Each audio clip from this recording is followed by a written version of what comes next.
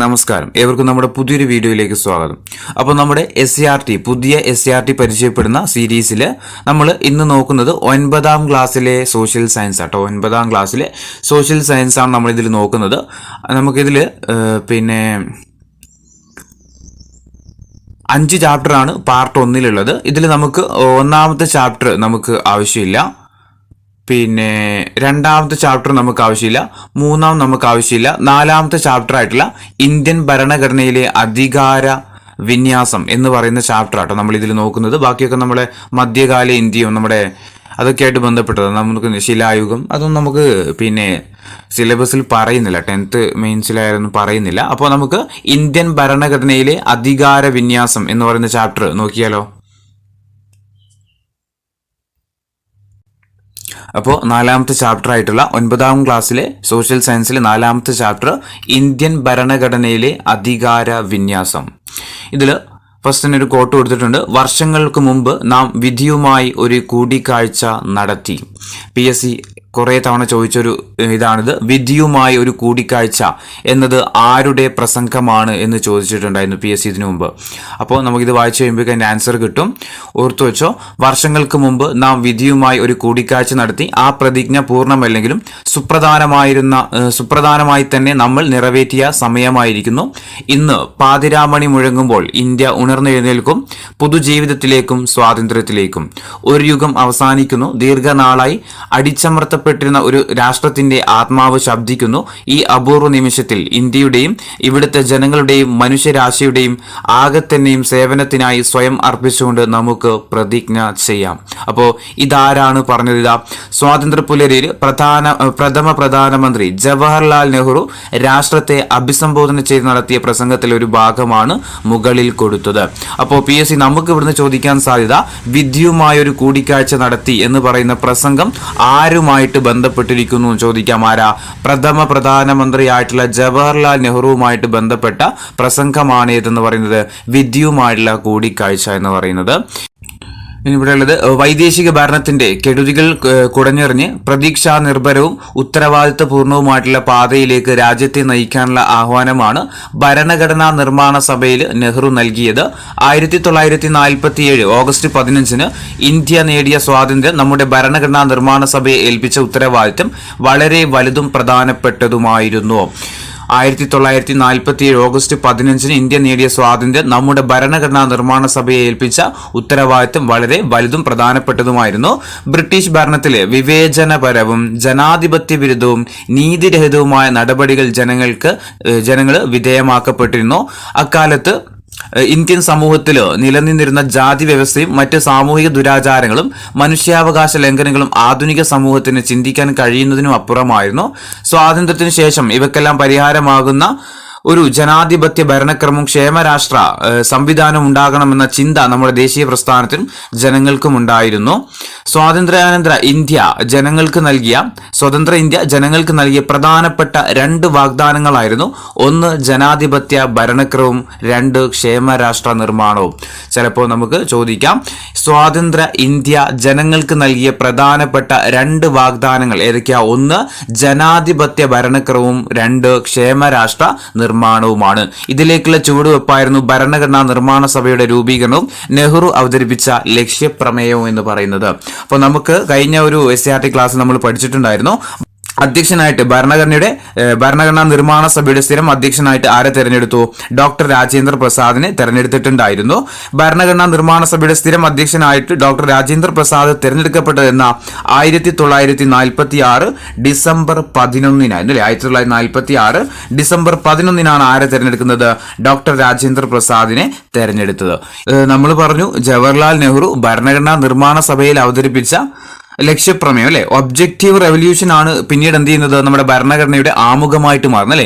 ഈ ലക്ഷ്യപ്രമേയം എന്ന് പറയുന്നത് നമുക്ക് ഡിസംബർ 13 കേട്ടോ. ജവഹർലാൽ നെഹ്റു ഭരണഘടനാ നിർമ്മാണ സഭയിൽ ഒരു ലക്ഷ്യപ്രമേയം അവതരിപ്പിച്ച ഡേറ്റ് ചോദിക്കുകയാണെന്നുണ്ടെങ്കിൽ 1946 ഡിസംബർ 13 ഇവിടെ കൊടുത്തിട്ടുണ്ട്.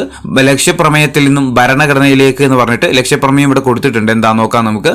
ഭരണഘടനാ നിർമ്മാണ സഭ ഇന്ത്യ ഒരു സ്വതന്ത്ര പരമാധികാര റിപ്പബ്ലിക്കായിട്ട് തീർക്കുവാനും അതിനായിട്ട് ഒരു ഭരണഘടന തയ്യാറാക്കുവാനുമുള്ള ഗൗരവമേറിയ ദൃഢനിശ്ചയം പ്രഖ്യാപിക്കുന്നു. രണ്ടാമത്തത് സ്വതന്ത്ര പരമാധികാര ഇന്ത്യ എന്നത് പഴയ ബ്രിട്ടീഷ് ഇന്ത്യൻ പ്രദേശങ്ങൾ, ഇന്ത്യൻ സംസ്ഥാനങ്ങൾ, ഇന്ത്യൻ യൂണിയന്റെ ഭാഗമാകാൻ തയ്യാറായിട്ടുള്ള ബ്രിട്ടീഷ് ഇന്ത്യക്ക് പുറത്തുള്ള മറ്റു ഭാഗങ്ങൾ എന്നിവയുടെ ഒരു യൂണിയനായിരിക്കും. മൂന്നാമത്തത് ഇന്ത്യൻ യൂണിയൻ രൂപീകരിക്കുന്ന പ്രദേശങ്ങൾ സ്വയംഭരണ യൂണിറ്റുകളായിരിക്കും. കൂടാതെ കേന്ദ്ര ഗവൺമെന്റിന്റെ നിക്ഷിപ്തമാകാതെയുള്ള എല്ലാ അധികാരങ്ങളും ചുമതലകളും അവർക്ക് നൽകപ്പെടും. സ്വതന്ത്ര പരമാധികാര ഇന്ത്യയുടെ എല്ലാ അധികാരങ്ങളും ജനങ്ങളിൽ നിന്നായിരിക്കും ഉത്ഭവിക്കുക. ഇന്ത്യയിലെ എല്ലാ ജനങ്ങൾക്കും സാമൂഹികവും സാമ്പത്തികവും രാഷ്ട്രീയവുമായ നീതിയും പദവി സമത്വവും അവസര സമത്വവും നിയമത്തിന് മുമ്പിലുള്ള സമത്വവും കൂടാതെ നിയമത്തിനും പൊതു ധാർമ്മികതയ്ക്കും വിധേയമായി സംസാരം, ആവിഷ്കാരം, വിശ്വാസം, ആരാധന, തൊഴില്, സംഘടനയും പ്രവർത്തനവും എന്നീ മൗലിക സ്വാതന്ത്ര്യങ്ങളും ഉറപ്പാക്കുകയും സംരക്ഷിക്കുകയും ചെയ്യും.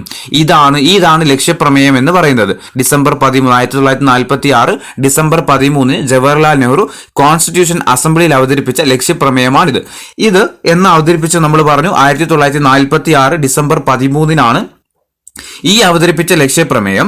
നെഹ്റു അവതരിപ്പിച്ച ലക്ഷ്യപ്രമേയം ഭരണഘടനാ നിർമ്മാണ സഭ പാസ്സാക്കുന്നത് എന്നാന്ന് ചോദിച്ചാൽ 1947 ജനുവരി 22 1947 ജനുവരി 22 എന്ത് ചെയ്യുന്നത്, ഡിസംബർ 13 അവതരിപ്പിച്ച ലക്ഷ്യപ്രമേയം ഭരണഘടനാ നിർമ്മാണ സഭ അംഗീകരിക്കുന്നത്. പിന്നീട് ഈ ലക്ഷ്യപ്രമേയമാണ് പിന്നീട് എന്തായിട്ട് മാറുന്നത്, ഇന്ത്യൻ ഭരണഘടനയുടെ ആമുഖമായിട്ട് മാറുകയും ചെയ്യുന്ന കാര്യം ഓർത്തു വെക്കുക.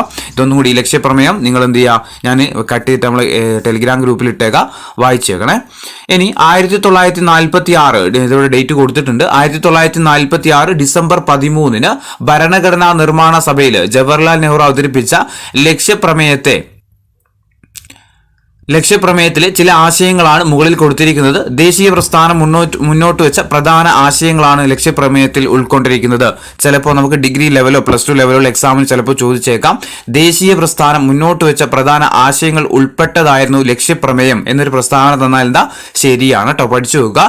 ദേശീയ പ്രസ്ഥാനം മുന്നോട്ട് വെച്ച പ്രധാന ആശയങ്ങൾ ഉൾക്കൊള്ളുന്നതായിരുന്നു ഇത് ജവഹർലാൽ നെഹ്റു അവതരിപ്പിച്ച ലക്ഷ്യപ്രമേയം എന്ന കാര്യം ഓർത്തു വെക്കുക.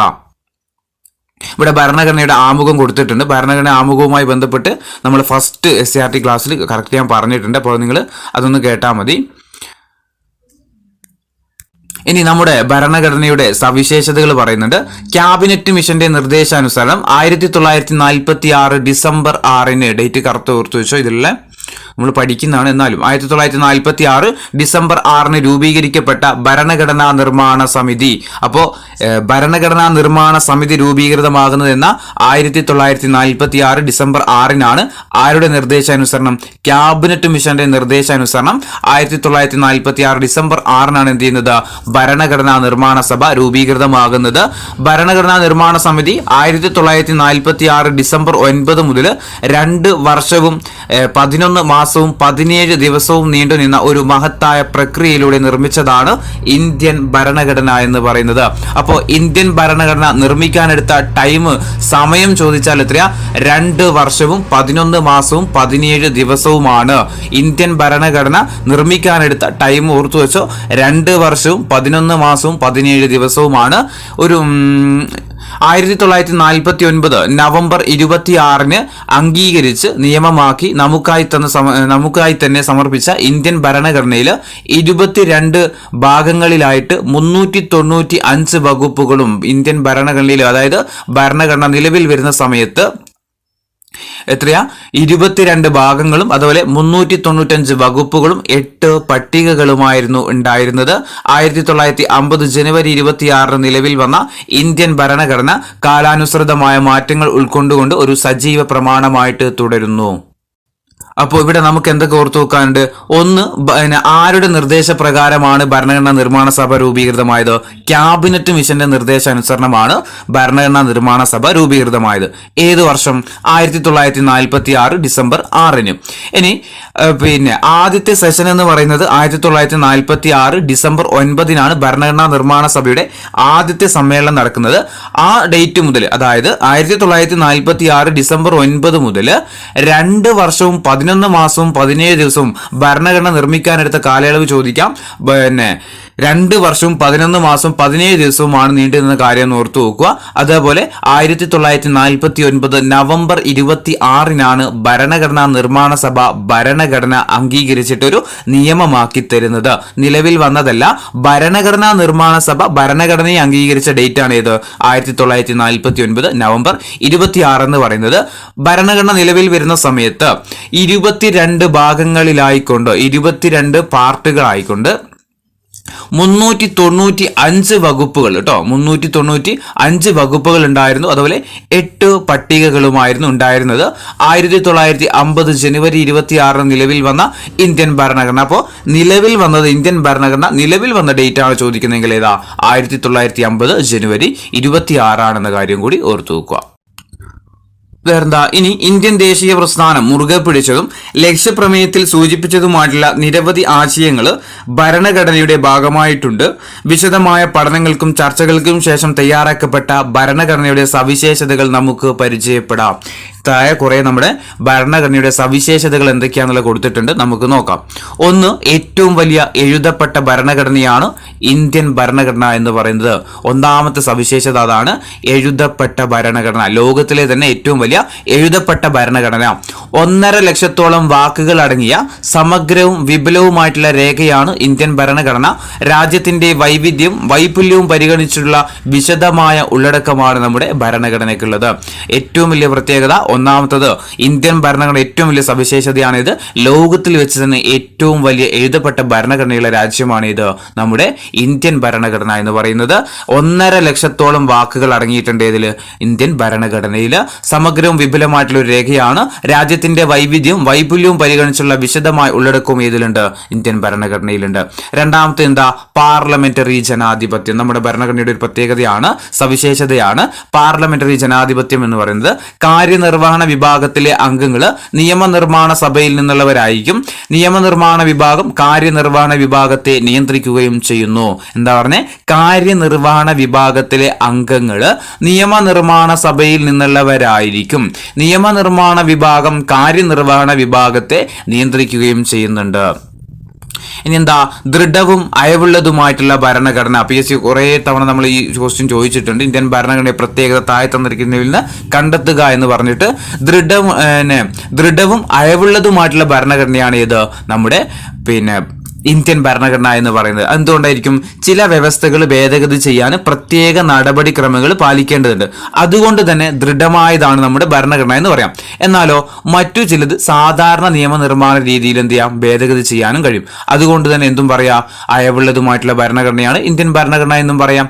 അപ്പോൾ ഇന്ത്യൻ ഭരണഘടന ദൃഢവും അയവുള്ളതുമായിട്ടുള്ള ഭരണഘടനയാണ്. ചില വ്യവസ്ഥകൾ ഭേദഗതി ചെയ്യാൻ എന്ത് വേണം, പ്രത്യേകമായിട്ടുള്ള കടുകട്ടിയുള്ള നടപടിക്രമങ്ങളുണ്ട്. എന്നാൽ ചിലത് ചെയ്യാൻ എന്താ, സാധാരണ നിയമനിർമ്മാണ രീതിയിൽ ഭേദഗതി ചെയ്യാവുന്നതുമാണ്. അതുകൊണ്ട് തന്നെ ഇന്ത്യൻ ഭരണഘടന ഫ്ലെക്സിബിൾ ആണ്, അതുപോലെ റിജിഡുമാണെന്ന് പറയാം. ഇനി മൗലിക അവകാശങ്ങളും കർത്തവ്യങ്ങളും. ഓരോ വ്യക്തിക്കും രാഷ്ട്രം ഉറപ്പുവരുത്തേണ്ട അടിസ്ഥാന അവകാശങ്ങളാണ് ഇത് മൗലിക അവകാശങ്ങൾ എന്ന് പറയുന്നത്. അല്ലെ, നമ്മുടെ ഭരണഘടനയുടെ സവിശേഷതയാണ് മൗലിക അവകാശങ്ങളും മൗലിക കർത്തവ്യങ്ങൾ എന്ന് പറയുന്നത്. ഓരോ വ്യക്തിക്കും രാഷ്ട്രം ഉറപ്പുവരുത്തേണ്ട അടിസ്ഥാന അവകാശങ്ങളാണ് ഇത് മൗലിക അവകാശങ്ങൾ എന്ന് പറയുന്നത്. എന്നാലോ പൗരര് രാഷ്ട്രത്തോടും സമൂഹത്തോടും പാലിക്കേണ്ട ഉത്തരവാദിത്തങ്ങളാണ് ഇത് മൗലിക കർത്തവ്യങ്ങൾ എന്ന് പറയുന്നത്. അപ്പോൾ മൗലിക കർത്തവ്യങ്ങൾ എന്ന് പറഞ്ഞാൽ എന്താ, പൗരര് നമ്മൾ രാഷ്ട്രത്തോടും സമൂഹത്തോടും പാലിക്കേണ്ട ഉത്തരവാദിത്തങ്ങളാണ് ഇതിലുള്ളത്, മൗലിക കർത്തവ്യങ്ങളിലുള്ളത്. മൗലിക അവകാശങ്ങളാണെങ്കിലോ അത് ഓരോ വ്യക്തിക്കും രാഷ്ട്രം ഉറപ്പുവരുത്തേണ്ട അടിസ്ഥാന അവകാശങ്ങളാണ് ഇത് മൗലിക അവകാശങ്ങൾ. ഇനി എന്താ, മാർഗനിർദ്ദേശക തത്വങ്ങൾ. അല്ലെ, ഭാവി രാഷ്ട്രത്തിന്റെ സാമൂഹിക സാമ്പത്തിക അഭിവൃദ്ധിക്കായിട്ട് രാഷ്ട്രത്തിന് നൽകിയിട്ടുള്ള നിർദ്ദേശങ്ങളാണ് ഇത് മാർഗനിർദ്ദേശക തത്വങ്ങൾ എന്ന് പറയുന്നത്. അല്ലെ, എന്താ, ഭാവി രാഷ്ട്രത്തിന്റെ സാമൂഹിക സാമ്പത്തിക അഭിവൃദ്ധിക്കായിക്കൊണ്ട് രാഷ്ട്രത്തിന് നൽകിയിട്ടുള്ള നിർദ്ദേശങ്ങളാണ് ഇത് മാർഗനിർദ്ദേശക തത്വങ്ങൾ എന്ന് പറയുന്നത്. ഇനി ദ്വിമണ്ഡല നിയമനിർമ്മാണ സഭകൾ മൊത്തം ജനത്തെയും പ്രതിനിധീകരിക്കുന്ന അധോസഭ, അതായത് നമ്മുടെ ലോക്സഭ. നിയമനിർമ്മാണത്തിൽ രണ്ടാമതൊരു ചിന്തക്കായിട്ട് സംസ്ഥാനങ്ങളെ പ്രതിനിധീകരിക്കുന്ന ഉപരിസഭ എന്നറിയപ്പെടുന്ന രാജ്യസഭ എന്നിങ്ങനെ 2 സഭകളാണ് നമ്മുടെ രാജ്യത്തുള്ളത്. അല്ലെ, ദ്വിമണ്ഡല നിയമനിർമ്മാണ സഭയാണ് നമ്മുടെ രാജ്യത്തുള്ളത്. ഏതൊക്കെയാ, ഒന്ന് ലോക്സഭയാണ്, ഒന്ന് രാജ്യസഭയാ. ലോക്സഭയുടെ പ്രത്യേകത എന്താ, നമ്മുടെ മൊത്തം ജനങ്ങളെയും പ്രതിനിധീകരിക്കുന്ന അധോസഭയാണ് ഇത് ലോക്സഭ എന്ന് പറയുന്നത് അല്ലെ. അങ്ങനെയാണെങ്കിൽ രാജ്യസഭ എന്താ, സ്റ്റേറ്റ് ഓഫ് കൗൺസിൽ എന്നല്ലേ, കൗൺസിൽ ഓഫ് സ്റ്റേറ്റ്സ് എന്നറിയപ്പെടുന്നതാണ് ഏത്, രാജ്യസഭ എന്ന് അറിയപ്പെടുന്നത് അല്ലെ. സംസ്ഥാനങ്ങളെ പ്രതിനിധീകരിക്കുന്ന ഉപരിസഭയാണ് ഏത്, രാജ്യസഭ എന്ന കാര്യം ഓർത്തു നോക്കുക. ഇനി ശക്തമായ കേന്ദ്ര ഗവൺമെന്റോട് കൂടിയിട്ടുള്ള ഫെഡറലിസം, ശക്തമായ കേന്ദ്ര ഗവൺമെന്റോട് കൂടിയിട്ടുള്ള ഫെഡറലിസം നമ്മുടെ ഭരണഘടനയുടെ ഒരു സവിശേഷതയാണ്. അതെന്താ, അധികാരം കേന്ദ്രത്തിനും സംസ്ഥാനങ്ങൾക്കുമായിട്ട് വേർതിരിച്ചിട്ടുണ്ട്, എങ്കിലും കേന്ദ്രത്തിന് മേൽക്കൈ നൽകുന്ന ചില സവിശേഷ അധികാരങ്ങൾ ഭരണഘടനയിൽ ഉൾപ്പെടുത്തിയിട്ടുണ്ട്. അതുകൊണ്ടാണ് കേന്ദ്ര ഗവൺമെന്റിന് ശക്തമായ കേന്ദ്ര ഗവൺമെന്റോട് കൂടിയിട്ടുള്ള ഫെഡറലിസം എന്ന് പറയാൻ കാരണം.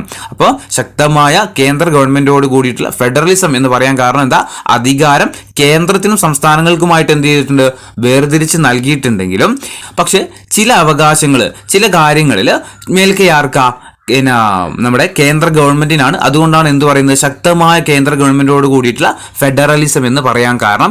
ഇനി സ്വതന്ത്രവും നിഷ്പക്ഷവുമായിട്ടുള്ള നീതിന്യായ വ്യവസ്ഥ ഭരണഘടനയുടെ ഒരു സവിശേഷതയാണ്. നിയമനിർമ്മാണ കാര്യനിർവഹണ വിഭാഗങ്ങളുടെ നിയന്ത്രണത്തിലല്ലാതെയാണ് ഇത് നമ്മുടെ കോടതികളുടെയൊക്കെ സംവിധാനം എന്ന് പറയുന്നത്. ആർക്കും എന്ത് ചെയ്യാൻ പറ്റില്ല, ഇടപെടാൻ സാധിക്കുന്നില്ല. അപ്പോൾ സ്വതന്ത്രവും നിഷ്പക്ഷവുമായിട്ടുള്ള ഒരു നീതിന്യായ വ്യവസ്ഥയാണ് ഇത് നമ്മുടെ ഇന്ത്യൻ ഭരണഘടനയിലുള്ള നിർമ്മാണ കാര്യനിർവഹണ വിഭാഗങ്ങളുടെ നിയന്ത്രണത്തിലല്ലാതെ ഇത് നമ്മുടെ കോടതിയുടെ സംവിധാനം എന്ന് പറയുന്നത്. ഇനി സ്വതന്ത്ര ഭരണഘടനാ സ്ഥാപനങ്ങൾ, അതായത് ജനാധിപത്യ വ്യവസ്ഥ വിപുലവും അർത്ഥപൂർണവുമാക്കുന്നതിന് വേണ്ടിയിട്ട് സ്വതന്ത്ര സ്വഭാവമുള്ള ഭരണഘടനാ സ്ഥാപനങ്ങൾ എന്ത് ചെയ്തിട്ടുണ്ട്, നമ്മുടെ രാജ്യത്ത് നിലനിൽക്കുന്നുണ്ട്. ഇനി അപ്പോൾ ഇത്രയും കാര്യങ്ങളാണ് ഇന്ത്യൻ ഭരണഘടനയുടെ പ്രധാനപ്പെട്ട സവിശേഷതകൾ എന്ന് പറയുന്നത്. ഒന്നുകൂടി പറഞ്ഞുതരാം. ഒന്ന്, ഏറ്റവും വലിയ എഴുതപ്പെട്ട ഭരണഘടനയുള്ള രാജ്യമാണ് ഇത് നമ്മുടെ രാജ്യം. പാർലമെന്ററി ജനാധിപത്യം നമ്മുടെ ഭരണഘടനയുടെ ഒരു സവിശേഷതയാണ്. അതുപോലെ ദൃഢവും അയവുള്ളതുമായിട്ടുള്ള ഭരണഘടനയാണ് നമ്മുടെ ഭരണഘടന. മൗലിക അവകാശങ്ങളും മൗലിക കർത്തവ്യങ്ങളും ഉൾപ്പെടുന്നതാണ് നമ്മുടെ ഭരണഘടന. മാർഗനിർദ്ദേശക തത്വങ്ങളുണ്ട്, ദ്വിമണ്ഡല നിയമനിർമ്മാണ സഭകളുണ്ട്, ശക്തമായ കേന്ദ്ര ഗവൺമെന്റോട് കൂടിയിട്ടുള്ള ഫെഡറലിസം ഉണ്ട്, സ്വതന്ത്രവും നിഷ്പക്ഷവുമായിട്ടുള്ള നീതിന്യായ വ്യവസ്ഥ, സ്വതന്ത്ര ഭരണഘടനാ സ്ഥാപനങ്ങൾ. ഇതൊക്കെ എന്താണ്, ഇന്ത്യൻ ഭരണഘടനയുടെ ഒരു സവിശേഷതകളാണ്. ഇനി എന്താണ് ഇന്ത്യൻ ഫെഡറലിസം എന്ന് പറഞ്ഞു കഴിഞ്ഞാൽ, ഭരണഘടനയുടെ സവിശേഷതകളെ കുറിച്ച് ക്ലാസ്സിൽ അവതരിപ്പിച്ച സെമിനാർ നമ്മുടെ രാജ്യത്തിന്റെ വൈവിധ്യവും ഐക്യവും ഒരേപോലെ പരിപാലിക്കാൻ വേണ്ടിയിട്ട് ഫെഡറൽ സംവിധാനം സഹായിക്കുന്നുണ്ട്. കൂടാതെ പ്രാദേശിക പ്രാതിനിധ്യം ഉറപ്പുവരുത്തുന്നതിലൂടെ വിഘടനവാദ പ്രവണതകളെ ഫലപ്രദമായിട്ട് ചെറുക്കുന്നതിനും ഇത്തരം ഭരണക്രമീകരണം പ്രയോജനപ്പെടുന്നു. ഭരണത്തിന്റെ വിവിധ തലങ്ങളെ കൂട്ടിയിണക്കി സാമ്പത്തിക പുരോഗതി കൈവരിക്കുന്നതിനും എല്ലാ വിഭാഗങ്ങളുടെയും ക്ഷേമം ഉറപ്പുവരുത്തുന്നതിനും ഫെഡറലിസത്തിലൂടെ നമുക്ക് സാധിക്കുന്നുണ്ട്. കേന്ദ്രവും സംസ്ഥാനങ്ങളും അധികാരം പങ്കിടുന്ന ഈ ഭരണ സംവിധാനം ജനാധിപത്യം എന്ന ആശയത്തെ കൂടുതൽ അർത്ഥപൂർണമാക്കുകയും ചെയ്യുന്നു. ഇപ്പോൾ എന്താ പറഞ്ഞ ഇന്ത്യൻ ഫെഡറലിസം എന്തിനു വേണ്ടിയില്ല, നമ്മുടെ രാജ്യത്തിന്റെ വൈവിധ്യവും ഐക്യവും ഒരേപോലെ പരിപാലിക്കുന്നതിന് ഫെഡറൽ സംവിധാനം സഹായിക്കുന്നുണ്ടെന്നാണ് പറഞ്ഞത് അല്ലെ. നമ്മുടെ രാജ്യത്തിന്റെ വൈവിധ്യവും ഐക്യവും ഒരേപോലെ പരിപാലിക്കുന്നതിന് ഫെഡറൽ സംവിധാനം സഹായിക്കുന്നുണ്ട്.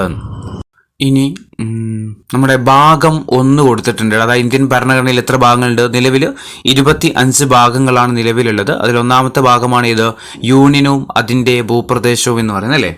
രണ്ടാമത്തെ എന്താ, പൗരത്വമാണ്. 3 മൗലിക അവകാശം, 4 നിർദ്ദേശക തത്വങ്ങൾ, 4A മൗലിക കടമകൾ, 5 യൂണിയൻ, അങ്ങനെ പോകുന്നതാണ് അല്ലേ. ഇവിടെ എന്താ പറഞ്ഞിരിക്കുക, ഇന്ത്യൻ ഭരണഘടന ഒന്നാമത്തെ അനുച്ഛേദം നിങ്ങൾ വായിച്ചുവല്ലോ. ഒന്നാമത്തെ അനുച്ഛേദം നമുക്ക് ജസ്റ്റ് വായിക്കാം. എന്താ ഒന്നാമത്തെ അനുച്ഛേദം, യൂണിയന്റെ പേരും ഭൂപ്രദേശവും, അതായത് ഇന്ത്യ, അതായത് ഭാരതം സംസ്ഥാനങ്ങളുടെ ഒരു യൂണിയൻ ആയിരിക്കുന്നതാണ്. ആർട്ടിക്കിൾ 1 പ്രകാരം ഇന്ത്യ എന്താണ്, സംസ്ഥാനങ്ങളുടെ ഒരു യൂണിയൻ ആയിരിക്കുന്നതാണ് എന്നാണ് പറയുന്നത്. അതിൽ 1 ക്ലോസ് 2 പറയുന്നത് സംസ്ഥാനങ്ങളും അവയുടെ ഭൂപ്രദേശങ്ങളും 1-ാം പട്ടികയിൽ പറഞ്ഞിട്ടുള്ള വിധമായിരിക്കും. മൂന്നാമത്തത് ഭാരതത്തിന്റെ ഭൂപ്രദേശം, ആർട്ടിക്കിൾ 3 അല്ല കേട്ടോ, ഇത് 1-ൽ 3 ഭാരതത്തിന്റെ ഭൂപ്രദേശം, സംസ്ഥാനങ്ങളുടെ ഭൂപ്രദേശങ്ങളും പിന്നെ 1-ാം പട്ടികയിൽ പറഞ്ഞിട്ടുള്ള യൂണിയൻ പ്രദേശങ്ങളും ആർജിക്കുന്ന മറ്റ് ഭൂപ്രദേശങ്ങളും അടങ്ങിയതാകുന്നു. അതായത് ഇതൊക്കെ അടങ്ങിയതാണ് എന്തെന്ന് പറയുന്നത്, ഇന്ത്യ രാജ്യം എന്ന് പറയുന്നത്. അതായത് യൂണിയൻ ഓഫ് സ്റ്റേറ്റ്സ് ആണ് ഇത് ഇന്ത്യ. ഇനി ഇവിടെ ഇന്ത്യൻ ഫെഡറലിസത്തിന്റെ സവിശേഷതകൾ കൊടുത്തിട്ടുണ്ട്. എന്തൊക്കെയാന്ന് നോക്കാം. കേന്ദ്രത്തിനും സംസ്ഥാനങ്ങൾക്കുമായിട്ട് പൊതുവായിട്ടുള്ള ഭരണഘടന, കേന്ദ്രത്തിനും സംസ്ഥാനങ്ങൾക്കുമായിട്ടൊരു പൊതുവായിട്ടുള്ള ഭരണഘടന. രണ്ടാമത്തെ എന്താ, ഭരണഘടനയുടെ പരമാധികാരം, ഏകപൗരത്വം, ഭരണഘടന ഭേദഗതി ചെയ്യാനുള്ള അധികാരങ്ങളിൽ കേന്ദ്രത്തിന് മേൽക്കൈ, ദ്വിമണ്ഡല നിയമനിർമ്മാണ സഭ, കേന്ദ്ര സംസ്ഥാന അധികാര വിഭജനം, കേന്ദ്ര സംസ്ഥാന അധികാര വിഭജനത്തിൽ കൂടുതൽ വിഷയങ്ങളും പ്രധാന അധികാരങ്ങളും കേന്ദ്രത്തിനാണ്. സ്വതന്ത്രവും നിഷ്പക്ഷവുമായിട്ടുള്ള നീതിന്യായ വ്യവസ്ഥ, അർദ്ധ ഫെഡറൽ സംവിധാനം. ഇതാണ് എന്തെന്ന് പറയുന്നത് ഇന്ത്യൻ ഫെഡറലിസത്തിന്റെ സവിശേഷതകൾ എന്ന് പറഞ്ഞുകൂടി പറയാം. കേന്ദ്രത്തിനും സംസ്ഥാനങ്ങൾക്കുമായിട്ട് ഒരു പൊതുവായിട്ടുള്ള ഭരണഘടന, ശരിയല്ലേ? ഭരണഘടനയുടെ പരമാധികാരം ജനങ്ങളാണ്. ജനങ്ങൾക്ക് വരുന്നത് എങ്ങനെയാ? ഭരണഘടന വഴിയാണ്. ഏക പൗരത്വമാണ് ഇന്ത്യയിലുള്ളത്, അല്ലെ? ഇന്ത്യയിൽ ഏക പൗരത്വമാണ് നിലവിലുള്ളത്. ഭരണഘടന ഭേദഗതി ചെയ്യാനുള്ള അധികാരങ്ങൾ കേന്ദ്രത്തിനാണ് മേൽക്കൈ, ശരിയാണ്. ദ്വിമണ്ഡല നിയമനിർമ്മാണ സഭ ഇന്ത്യൻ ഫെഡറലിസത്തിന്റെ ഒരു സവിശേഷതയാണ്. കേന്ദ്ര സംസ്ഥാന അധികാര വിഭജനം നമുക്കറിയാം. പിന്നെ ലിസ്റ്റുകളെ കുറിച്ച് പ്രതിപാദിക്കുന്നു, അല്ലെ? ഭരണഘടനയുടെ 7ാം പട്ടികയിലാണ് എന്ത് ചെയ്യുന്നത്? ലിസ്റ്റുകളെ കുറിച്ച് പ്രതിപാദിക്കുന്നത്, അല്ലെ? 3 തരം ലിസ്റ്റുകളാണ് നമ്മുടെ ഭരണഘടനയിൽ പറഞ്ഞിട്ടുള്ളത്. ഏതൊക്കെയാ? 1 union list, 2 state list, 3 concurrent list, അല്ലെ? അങ്ങനെ എന്ത് ചെയ്യുന്നുണ്ട്? കേന്ദ്ര സംസ്ഥാനങ്ങൾക്ക് വേണ്ടിയിട്ട് അധികാരം വിഭജിച്ച് നൽകുന്നുണ്ട്. പിന്നെന്താ? അധികാര വിഭജനത്തിൽ കൂടുതൽ വിഷയങ്ങളും പ്രധാന അധികാരങ്ങളും ആർക്ക് തന്നെയാ? കേന്ദ്രത്തിനാണ്. നീതിന്യായവും നിഷ്പക്ഷവുമായിട്ടുള്ള നീതിന്യായ വ്യവസ്ഥ, അർദ്ധ ഫെഡറൽ സംവിധാനം, ഇതൊക്കെ എന്താണ്? ഇന്ത്യൻ ഫെഡറലിസത്തിന്റെ സവിശേഷതകളാണ്. ഇനി ഇന്ത്യൻ ഭരണഘടന ഉയർത്തിപ്പിടിക്കുന്ന ജനാധിപത്യ പ്രതിബദ്ധതയുടെ മറ്റൊരു സവിശേഷതയാണ് ഇന്ത്യയുടെ ഫെഡറൽ ഘടന എന്ന് പറയുന്നത്. രാഷ്ട്രത്തിന്റെ അധികാരങ്ങൾ ഒരു തലത്തിൽ മാത്രം കേന്ദ്രീകരിക്കാതെ അവ കേന്ദ്ര സർക്കാരിനും സംസ്ഥാന സർക്കാരുകൾക്കും ഇടയിൽ വിഭജിച്ച് നൽകുന്ന സമീപനമാണ് ഇന്ത്യൻ ഭരണഘടന സ്വീകരിച്ചിട്ടുള്ളത്. അധികാര വിഭജനം പരാമർശിക്കുന്ന ഭരണഘടനയുടെ 7ാം പട്ടികയാണ് നമുക്ക് പരിശോധിക്കാം. നമ്മൾ പറഞ്ഞു അധികാര വിഭജനത്തെ കുറിച്ച് പറയുന്ന പട്ടികയാണ് ഏത്? ലിസ്റ്റുകളെ കുറിച്ച് പറയുന്ന പട്ടികയാണ് ഏത്? ഭരണഘടനയിലെ 7ാം പട്ടിക എന്ന് പറയുന്നത്. ഇനി അതിനെ കുറിച്ചാണ് പറയുന്നത്. അധികാര വിഭജനം, ഡിവിഷൻ ഓഫ് പവേഴ്സ് 7ാം പട്ടികയിലാണ് പറയുന്നത്. ഒന്നാമത്തത് യൂണിയൻ ലിസ്റ്റ്. എന്താ? കേന്ദ്ര ഗവൺമെന്റിന് സമ്പൂർണ്ണ നിയമനിർമ്മാണ അധികാരമുള്ള വിഷയങ്ങളുടെ ഒരു പട്ടികയാണിത്. ഭരണഘടന നിലവിൽ വരുന്ന സമയത്ത് ഇതിൽ 97 വിഷയങ്ങൾ ഉണ്ടായിരുന്നു. അപ്പം ഭരണഘടന നിലവിൽ വരുന്ന സമയത്ത് കേന്ദ്ര ഗവൺമെന്റ് അധികാരം നൽകുന്ന യൂണിയൻ ലിസ്റ്റിൽ എത്ര വിഷയങ്ങൾ ഉണ്ടായിരുന്നു എന്ന് ചോദിച്ചാൽ 97 വിഷയങ്ങൾ ഉണ്ടായിരുന്നു. അതിന്റെ ഉദാഹരണം ഇവിടെ കൊടുത്തിട്ടുണ്ട്. വിദേശകാര്യം, പ്രതിരോധം, റെയിൽവേ, ബാങ്കിങ്, പൗരത്വം, ഇതൊക്കെ എന്താണ്? യൂണിയൻ ലിസ്റ്റിൽ ഉൾപ്പെടുന്ന കാര്യങ്ങളാണ്. ലോട്ടറി, നമുക്ക് സംശയം വരുന്ന കുറച്ച് കാര്യങ്ങളുണ്ട്. ലോട്ടറി ഏതാ? ലോട്ടറി യൂണിയൻ ലിസ്റ്റ് ആട്ടോ. ലോട്ടറി യൂണിയൻ ലിസ്റ്റ് ആണ്. അതേപോലെ സെൻസസ് ഏതാ? യൂണിയൻ ലിസ്റ്റ് ആണ്. അതേപോലെ വേറെന്താ? ഇൻഷുറൻസ്, ബാങ്കിങ്, ഇതൊക്കെ എന്താണ്?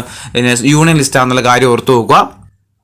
ഇനി സ്റ്റേറ്റ് ലിസ്റ്റ് സാധാരണഗതിയിൽ സംസ്ഥാന ഗവൺമെന്റുകൾക്ക് നിയമനിർമ്മാണ അധികാരമുള്ള വിഷയങ്ങളുടെ പട്ടികയാണിത്.